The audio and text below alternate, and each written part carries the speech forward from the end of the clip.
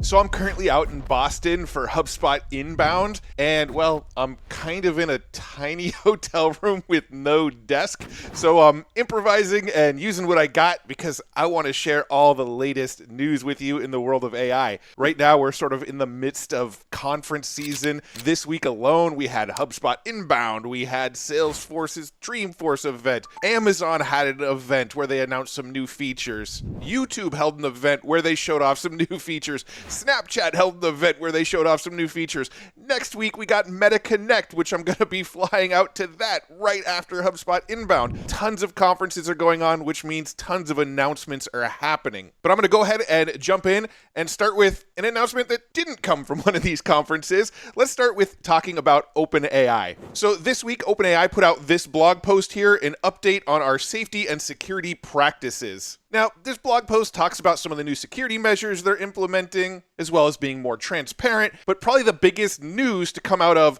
this specific article on the OpenAI blog here is this portion right here about establishing independent governance for safety and security. Now, when it breaks down the board here in this message, we can see the board is going to be chaired by Zico Coulter and include Adam D'Angelo, Paul Nakasone, and Nicole Seligman. One name that is absent from this board is Sam Altman. He is apparently stepping down from this safety and security committee and completely putting it in the hands of others. Now, the biggest news that's been going on in the AI world as of recently was last week's announcement of OpenAI's O1 model. It's a model that is much more effective at logic and reasoning and complex math problems and sort of STEM subjects. Well, this week, OpenAI announced that they've increased the rate limits for Plus and Team users by 7 times. Now, admittedly, I have not been home almost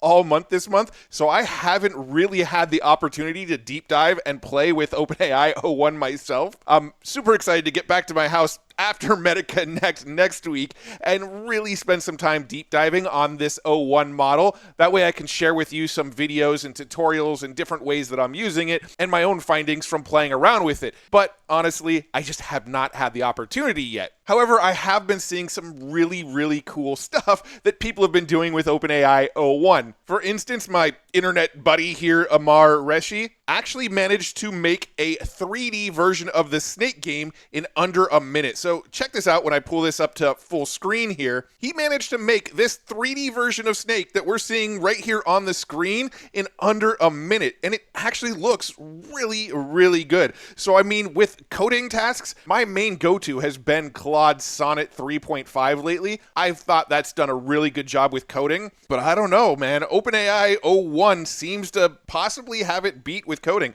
so I can't wait to play around with it some more. And since OpenAI's O1 has come out, pretty much all the tools that have integrated the previous versions of GPT-4 have started integrating this new model. For instance, if you're a GitHub Copilot user, this week you can now use OpenAI's O1 model directly inside of GitHub Copilot. If you're a fan of Perplexity like I am, our event here announced that they've added a new reasoning focus on Perplexity for pro users. So if you're one of the paying pro members of Perplexity, you can now use the new OpenAI O1 mini model directly inside of Perplexity. Now, it doesn't search the web yet and integrate that with your responses, and you only have 10 uses a day, as we can see right here with it. But exciting to see that Perplexity, a model that I really enjoy using, is adding all of the latest state-of-the-art models into their platform as well. Now, there's been some weird stuff happening at OpenAI around this O1 model as well. For instance, people are claiming that OpenAI is threatening to ban them if they try to essentially jailbreak this new model. According to this article here, someone claimed that they received a warning email if they used the term reasoning trace in conversation with O1. Others have claimed that the warning is triggered simply by asking ChatGPT about the model's reasoning at all. Here's a screenshot of an email that one person received. Hello, we're reaching out to you as a user of OpenAI's ChatGPT because some of the requests associated with your email have been flagged by our systems to be in violation of our policy against attempting to circumvent safeguards or safety mitigations in our services. Please halt this activity and ensure you are using ChatGPT in accordance with our terms of use and usage policies. Additional violations may result in loss of access to GPT-4o, etc. Now, if you have used this O1 model at all, you'll notice that when you ask it a question, it sort of shows you the reasoning and the logic that it's thinking through as it's thinking through it. However, it's showing you like a summarized version of that logic. We're not actually seeing the complete chain of thought that it's going through. It's just like little snippets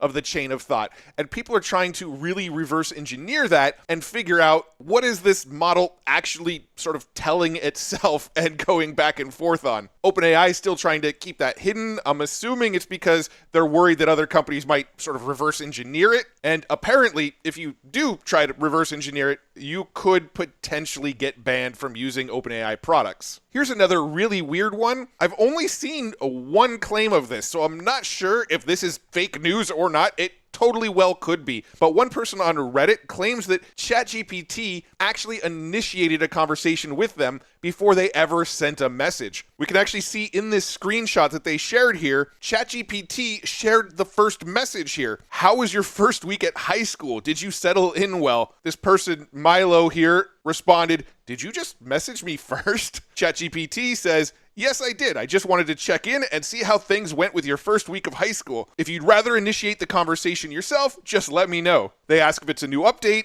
and ChatGPT replied with, yes, it's part of an update that allows me to check in or follow up on things we've talked about, like your first day of school. I can still wait for you to start the conversation if you prefer. Again, I've only seen this one claim of this happening. I feel like if this was happening a lot, we'd see it all over X, and we'd see other YouTube videos talking about this right here. This is the only one I've seen, so I don't totally know how legitimate it is. I also don't understand when this would happen. Would it happen like when you open up the ChatGPT window and start a new chat and then the new chat just starts messaging you?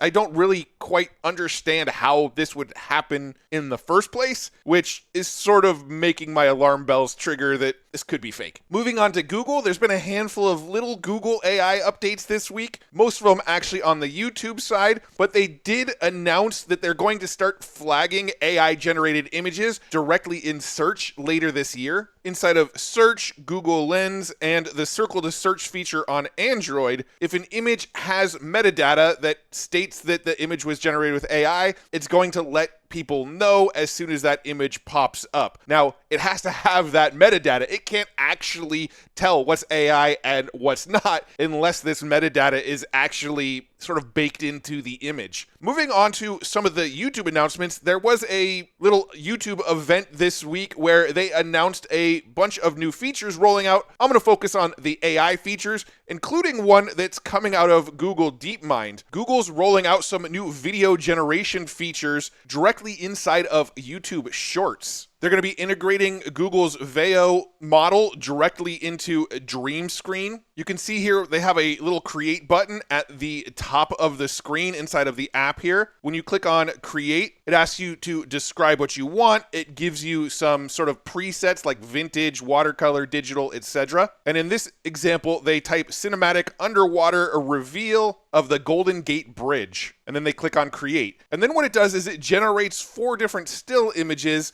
that it will use as the sort of starting frame of your video. So you can see it generated these 4 images here. You select one that you like, and then it does its thing and converts it into a video version of that image that you just generated. Here's another example of a dreamlike secret garden with vivid colors, etc. And here's a whole bunch of different examples of what it generated from that. But that's not the only AI features they're rolling out for YouTubers. They're actually adding a inspiration feature here, which can help curate suggestions that you can mold into fully fledged projects. So they can type brainstorm video ideas, new types of art, and they click get ideas, and then it lets them explore video ideas. and then it helps them create the outline here. And then it starts generating thumbnail ideas for that video for you. So it really kind of looks like it's going to help across the board with ideation, outlining, thumbnail ideas, the entire gamut of the sort of creative process of ideation for YouTube. They also announced that they're bringing auto dubbing to YouTube, which is really cool because I can record a video like this in English and it will automatically dub it and localize it to whoever's watching my video in whatever location they're watching it in. That can open up so many more views for YouTubers because I record in English, but I could potentially have a huge audience in India or Japan or Germany or one of these places. And if you don't speak English, you're probably not going to watch my videos. But if this dubbing feature is in play, now it will automatically dub any of my videos to whatever language. That's really cool. Now, they announced a whole bunch of other features for YouTubers as well, but those are the main AI features. There's like a new hype button. They're changing the way YouTube videos look on Netflix, things like that. But for this channel, I'm kind of focused on the AI stuff for right now. Moving on to large language model news, the company Alibaba out of China just released more than 100 new open source models. These come from the Qwen 2.5 family of models, ranging from 500 million parameters all the way up to 72 billion parameters. They aim to cater to a wide array of AI applications across various sectors, including automotive, gaming, and scientific research. And they also unveiled a new text-to-video model as part of its Tongl Wanxiang image generation family. I'm sure I butchered that. Now, I haven't actually seen this text-to-video model yet, but these large language models that they put out, specifically the 72 billion parameter Qwen model, is now apparently the best open source model in the world, according to Bendu Reddy here. She posted this screenshot with these various benchmarks, and we can see Llama 3.1 405B over here, Mistral Large 2, Qwen 2,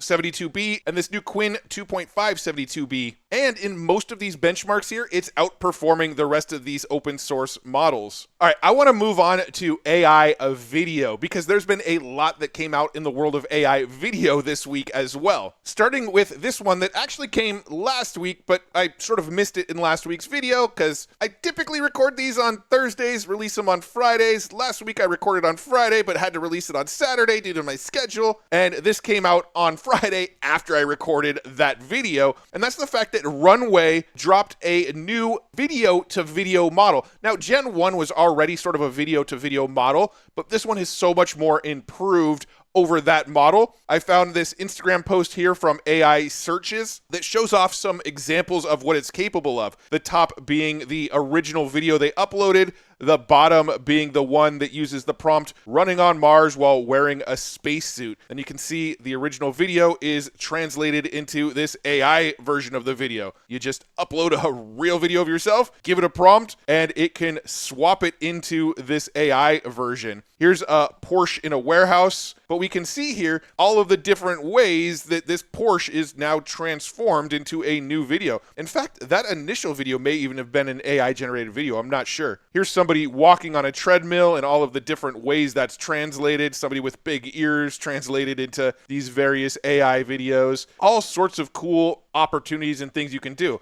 Again, we were doing this with Gen 1 a while ago, but this is so much better. This looks so much cleaner. Speaking of Runway, they did have some other news this week, including the fact that they made a deal with Lionsgate in the first team up for an AI provider and a major movie studio. Now, if you're not familiar with Lionsgate, they're the company behind some really famous movies like John Wick, The Hunger Games, and the TV network Stars. So they have a very large database of high-quality films and TV shows. And Runway is using what they can get from Lionsgate to build a custom AI video production and editing model. It says here to create the custom model, Runway will train upon Lionsgate's library of more than 20,000 film and TV titles. Now, this is fascinating, especially considering some of the things that have recently changed in California law around AI actors and AI video editing. I'm going to get to that a little bit later in this video. It's just really interesting, the timing of this announcement with some of the recent bills that were just signed in California. Late last week, Runway also announced that they're opening up their API so developers can have direct access. So we're probably going to see a whole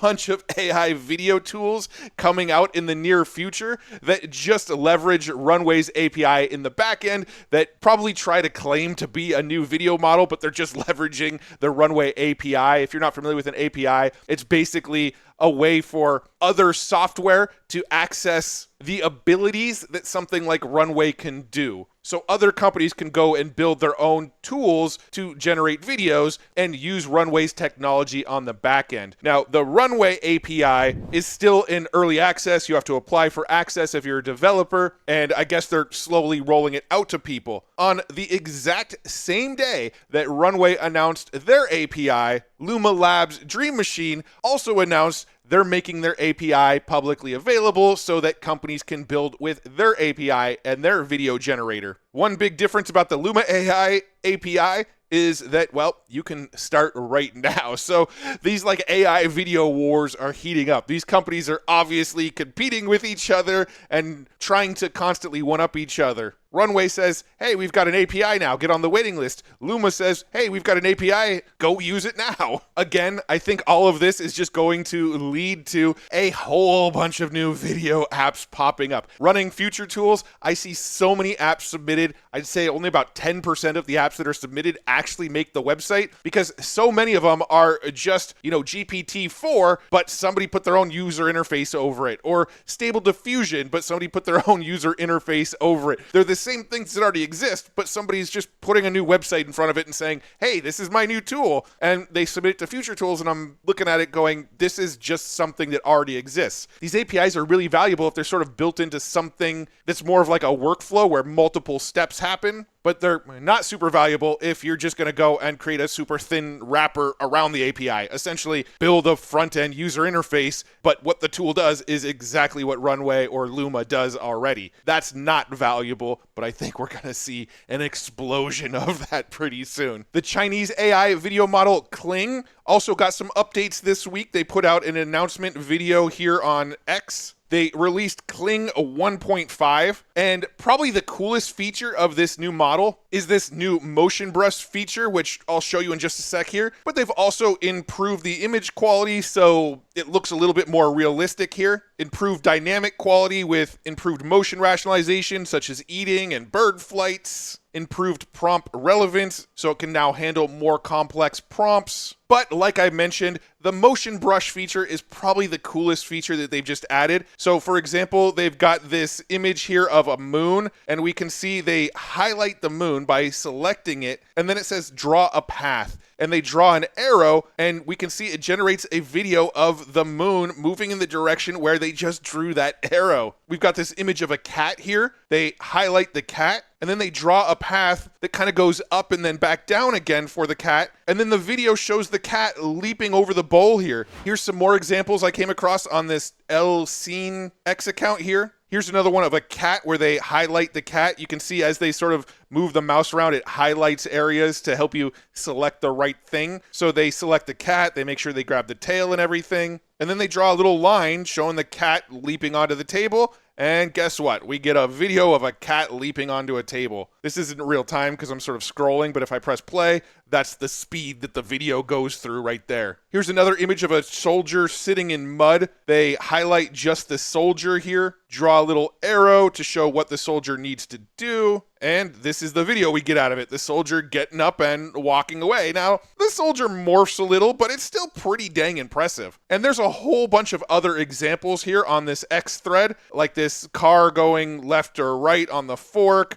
another image of a soldier jumping, but I'll link this up in the description below so you can check out all of these various examples. This is really exciting. I'm hoping to see Luma, Dream Machine, and Runway ML bake some of these features in as well, because this is really exciting. Also this week, Amazon had a conference called the Amazon Accelerate Conference, I believe, and they announced a whole bunch of new stuff, including their own video generator. However, this video generator is just for creating product ads for, your Amazon products. So if we take a peek here in the back end of Amazon under this new campaign feature, they have the option to create a video ad here. You select video ad and then it asks you which product you want to make the video around. It then gives you a preview of 4 different potential video options that you can hover over, and it makes a nice little product video showing off your product. You can then edit the video with headlines and change the text on the screen.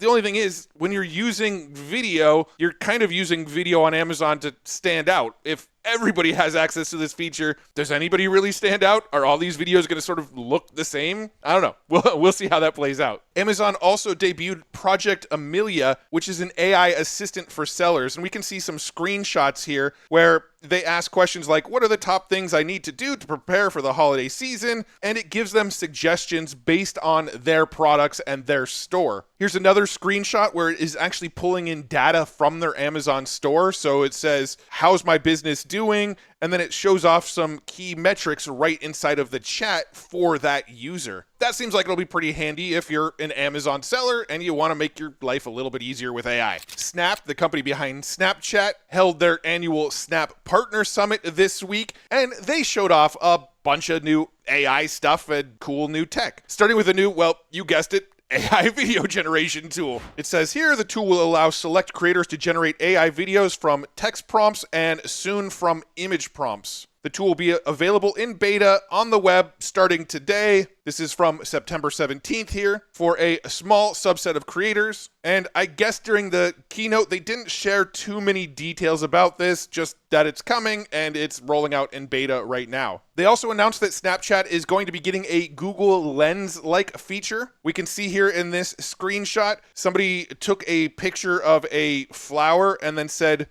at my AI, what type of flower is this? And then they get this response, that's a heliconia. Snapchat also showed off their new augmented reality glasses. Here's what they look like, and apparently they have large language model, they have a heads-up display inside of the glasses, auto-dimming lenses, they have hand tracking similar to the Apple Vision Pro where you can navigate what you're seeing in your glasses with your fingers. They sound pretty dang cool. The biggest problem with them is, well, look at them.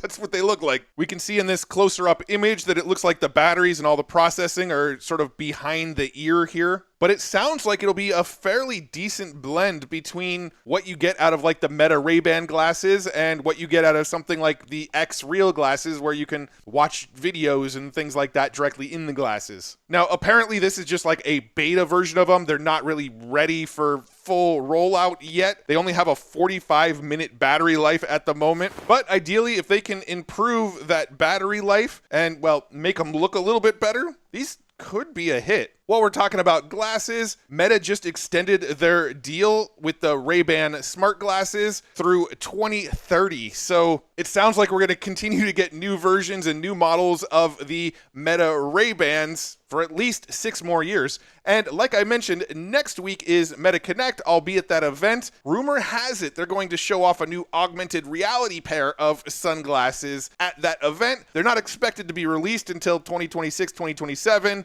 but we might get a sneak peek of what else Meta's working on in the world of AR and sort of smart glasses. I found this to be pretty interesting as well. The late, great James Earl Jones, the voice of Darth Vader, actually gave permission to Lucasfilms for them to continue to use his voice in future Star Wars films. So we'll still get to hear James Earl Jones' AI-generated Darth Vader voice in future Star Wars movies. Now, this article goes on to say that this has raised concerns among actors after last year's strike. Well, California has been doing a lot about that. In fact, this week, Gavin Newsom signed 8 new AI-related laws. He signed 2 laws that criminalize deepfake nudes, one making it illegal to create them, one that forces social media companies to establish channels for users to report them. Another bill, SB 942, makes it required that there is watermarks inside the metadata of AI-generated images. AB 2655 requires online platforms like Facebook and X to remove or label AI deepfakes related to elections, as well as create channels for people to report them. AB 2839 is for social media users who post or repost AI deepfakes that can deceive voters about upcoming elections. AB 2355 now requires AI-generated political advertisements to disclose that they were AI-generated. And, coming back to what I was talking about James Earl Jones here, AB 2602 requires studios to obtain permission from an actor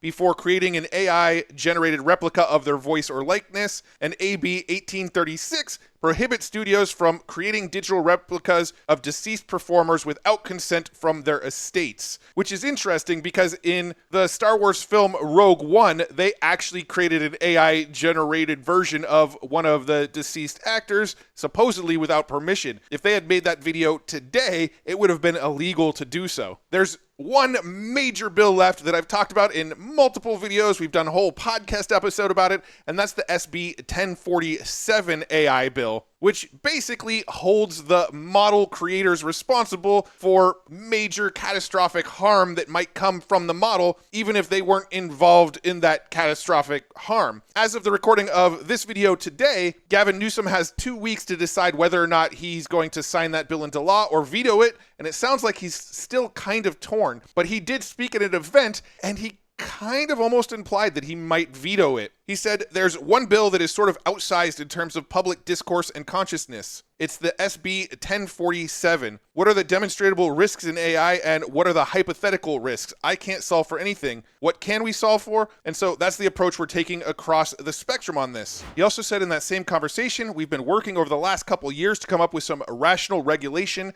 that supports risk-taking but not recklessness. That's challenging now in this space, particularly with SB 1047, because of the sort of outsized impact that legislation could have and the chilling effect, particularly in the open source community." So he does sound concerned about the impact it will have on open source, possibly meaning that it'll get vetoed. We still have to wait and see. We'll know within the next 2 weeks for sure. Moving on to the event that I'm at right now, HubSpot Inbound. HubSpot just launched their new Breeze platform with a ton of AI agents and features to help you sort of manage your CRM for you. Like, the AI can basically run a lot of the things for you. This Breeze platform includes 4 Breeze agents to get work done fast from start to finish, including content agent, social media agent, prospecting agent, and customer agent, plus 80 more features embedded across the platform. I actually saw the keynote where they announced Breeze here at HubSpot. I actually had the amazing opportunity to spend a little bit of time with the co-founder and CTO of HubSpot, Dharmesh, where he actually showed me one-on-one some of the really cool features that they're working on. So I'm actually really excited. This video is not sponsored by HubSpot,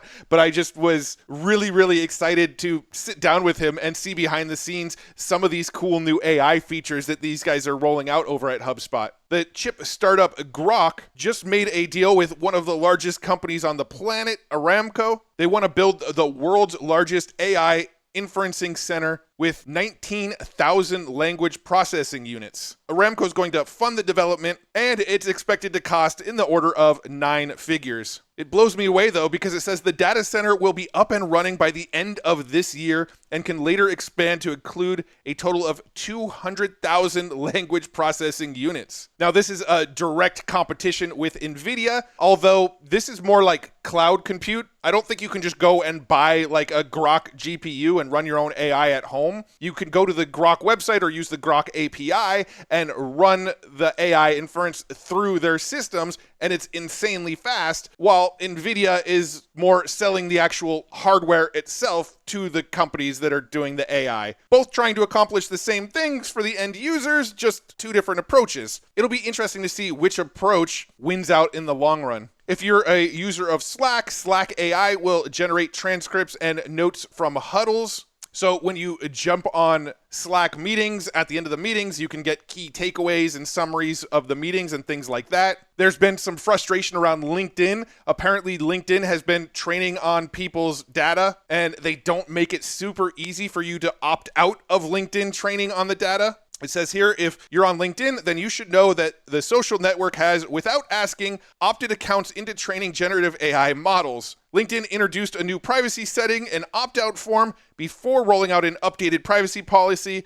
saying the data from the platform is being used to train AI models. If you're a fan of generating music with Suno, they just rolled out a new feature where you can exclude styles. So you can exclude specific instruments, specific styles, or even specific vocal styles such as male or female vocals. If you have an Apple Vision Pro, they just rolled out Vision OS 2 for your Apple Vision Pro. It's got a new feature where you can take a 2D image and have it sort of turn it into a 3D image inside of your Apple Vision Pro. There's some new hand gestures that they added into it. You can now rearrange icons on your home menu, and a handful of little quality of life updates. So anybody that bought the Apple Vision Pro, it might be worth, pulling it off your shelf or pulling it out of that drawer, playing around with it for another week before putting it back in the drawer. And finally, in the last bit of Apple news, last week or a couple weeks ago, whenever that was, Apple announced their iOS 18, which didn't have Apple Intelligence, but said that 18.1 was coming soon with some Apple Intelligence. Well, this week, 18.1 did come out with some of the Apple Intelligence features. Now, you do have to have an iPhone 15 Pro or better model to use these. It says here, users must manually enable the feature by going to Settings, Apple Intelligence, and Siri to join the Apple Intelligence waitlist. I don't know how quickly you get access to it once you get in on the waitlist, but apparently 18.1 is rolling out now, and people are starting to get access to it.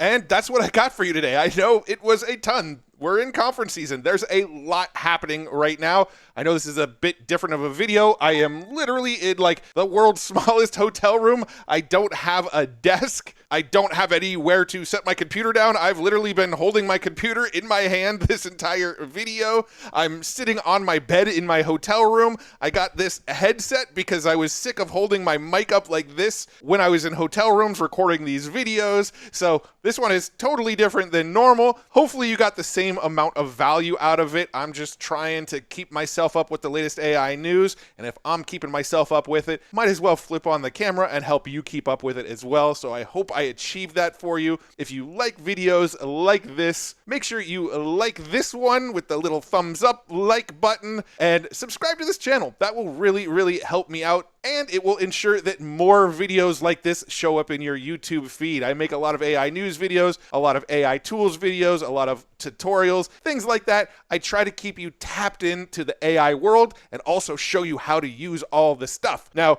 typically in these news videos, I actually like to demo a lot of the tools and show them off and actually use them myself. That's really, really hard when I don't have a desk and I'm working on a laptop from my bed in my hotel room. But I promise, once I get back home after Meta Connect in a couple weeks, it's going to be back to regular scheduled programming with a lot more tutorials and tool demos and what you're used to from my channel. I'm just almost done with conference season. I'm having a lot of fun doing it, but I'm having a harder time making as many videos as I'd like to, but there's a lot more coming, and I can't wait to test out more of these tools and show off what I learn and what I find out playing with them all. So again, I would really, really appreciate that. Like and subscribe to this channel. And if you want to know about all the latest and coolest AI tools and the latest AI news, check out futuretools.io. That's the site where I curate all of it, the tools, the news. I even have a newsletter that's totally free where I'll update you in your inbox with just the most important news and just the coolest tools. Totally free, all available all over at futuretools.io. Thank you so much for hanging out with me, nerding out with me, talking AI news with me. So much fun stuff happening, so many fun toys for us tech nerds to play with, and I am so excited to share even more with you.